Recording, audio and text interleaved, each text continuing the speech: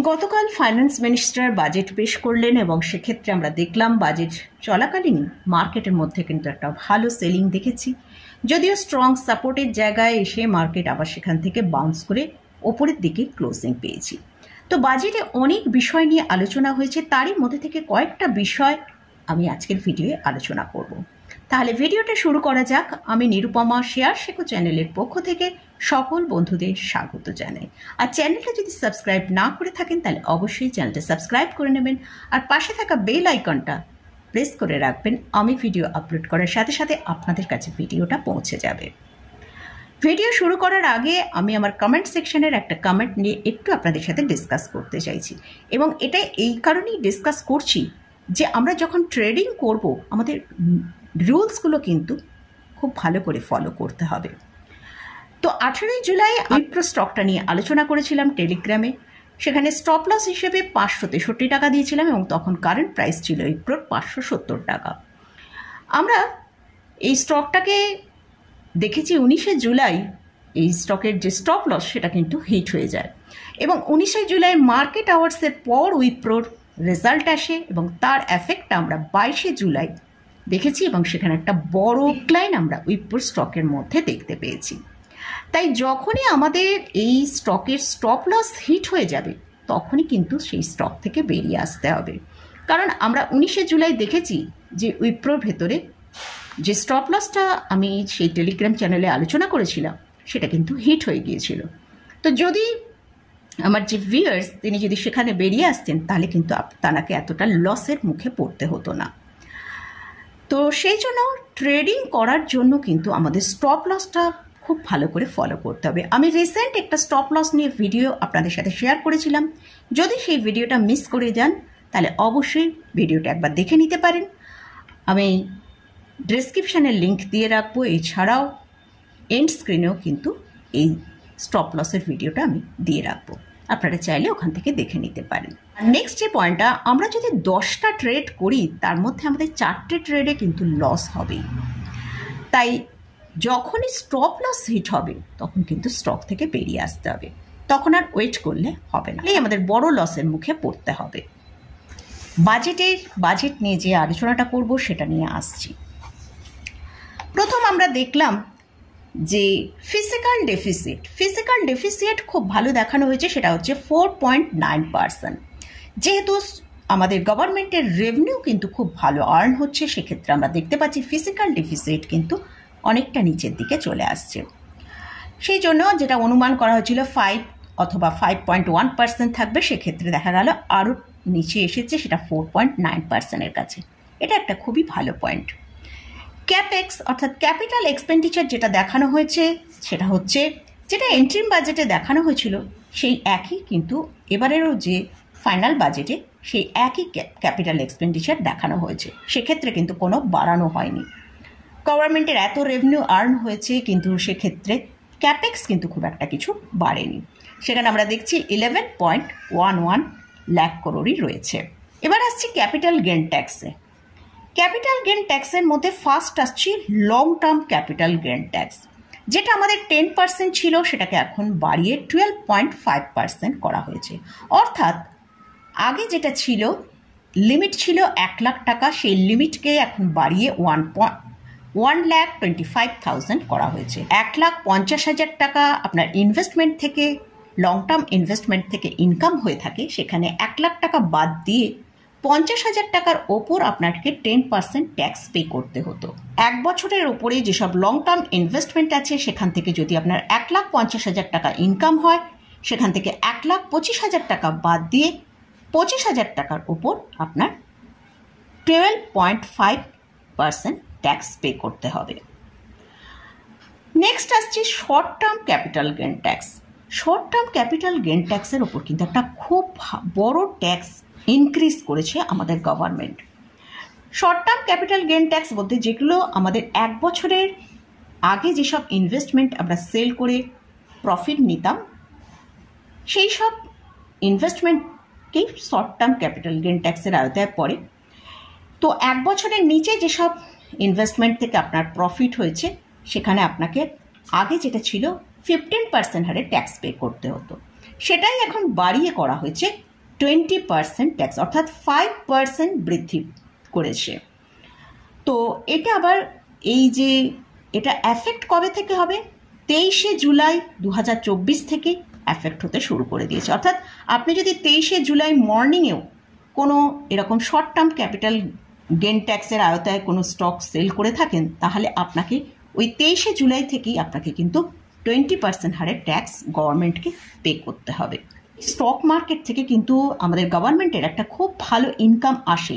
এছাড়াও সেখানে দেখা গেল ক্যাপিটাল গেন ট্যাক্সের ওপর কিন্তু আরও বেশি করে ট্যাক্স বাড়িয়ে দেওয়া হলো। তো নেক্সট হচ্ছে এসটিটি, সেটা হচ্ছে সিকিউরিটি ট্রানজ্যাকশন ট্যাক্স। এটা মানে এমনি যারা এফএনও মার্কেটে এই এসটিটিটা বেড়েছে। এসটিটি বাড়িয়েছে কারণ খুব বেশি স্পেকুলেটেড হচ্ছে, রিটেল ইনভেস্টরদের অনেক লস হচ্ছে, এইসবের জন্যই কিন্তু এখানে এসটিটি যে ট্যাক্সের পরিমাণটা সেটা বাড়ানো হয়েছে। নাহলে ইন জেনারেল যে আমরা এসটিটি দিই সেখানে কিন্তু কোনো বৃদ্ধি পায়নি। শুধুমাত্র এফএনও মার্কেটের জন্য সেখানে 0.02% করে এখন থেকে ট্যাক্স পে করতে হবে।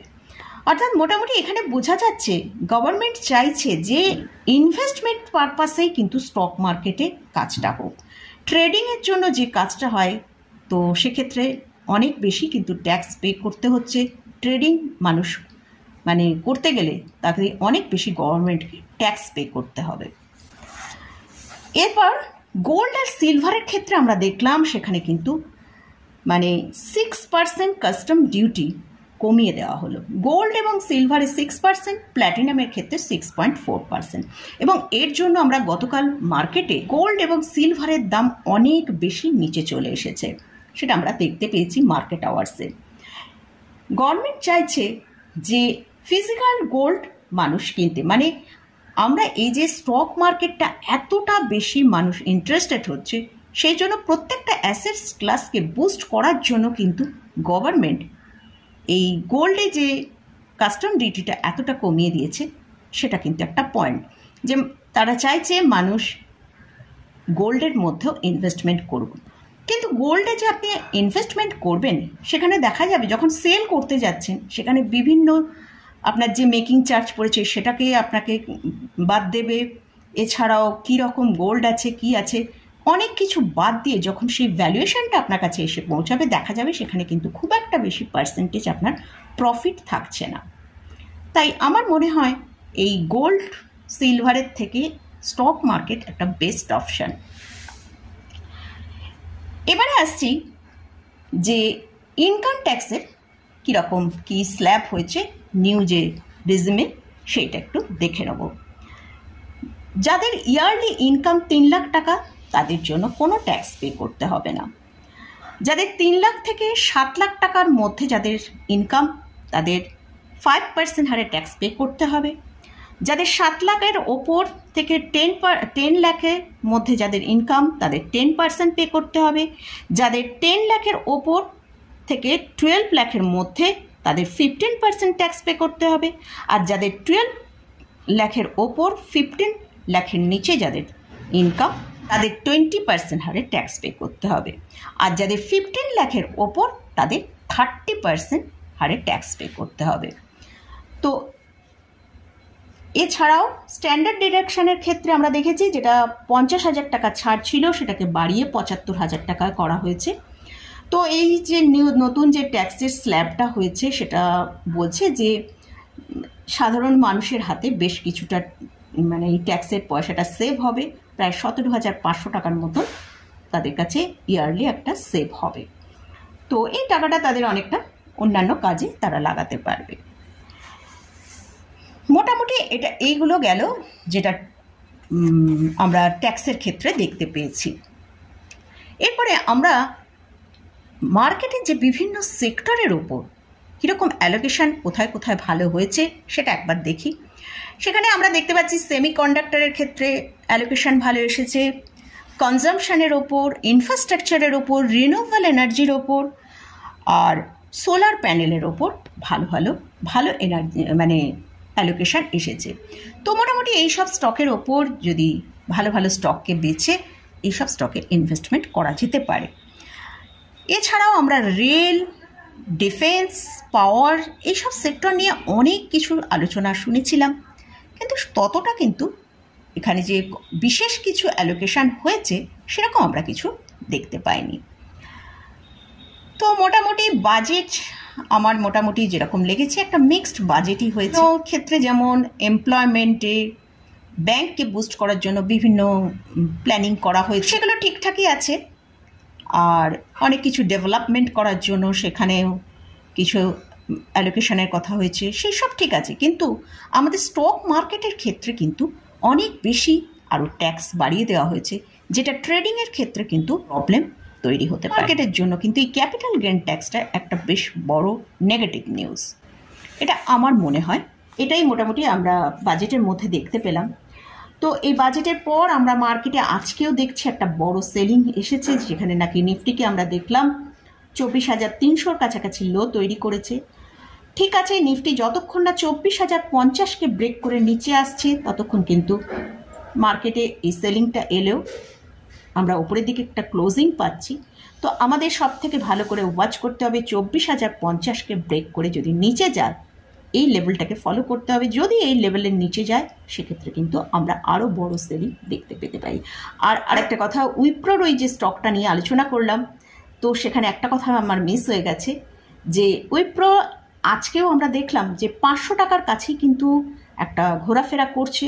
তো উইপ্রোর এখন যদি একটা স্ট্রং সাপোর্টের জায়গা রয়েছে 490 টাকা, তো 490 টাকা ব্রেক করলে উইপ্রোর জন্য কিন্তু একটা ভালো নেগেটিভ আরও আসতে পারে। তো 490 টাকা একটা সাপোর্ট নিতে পারে উইপ্রো।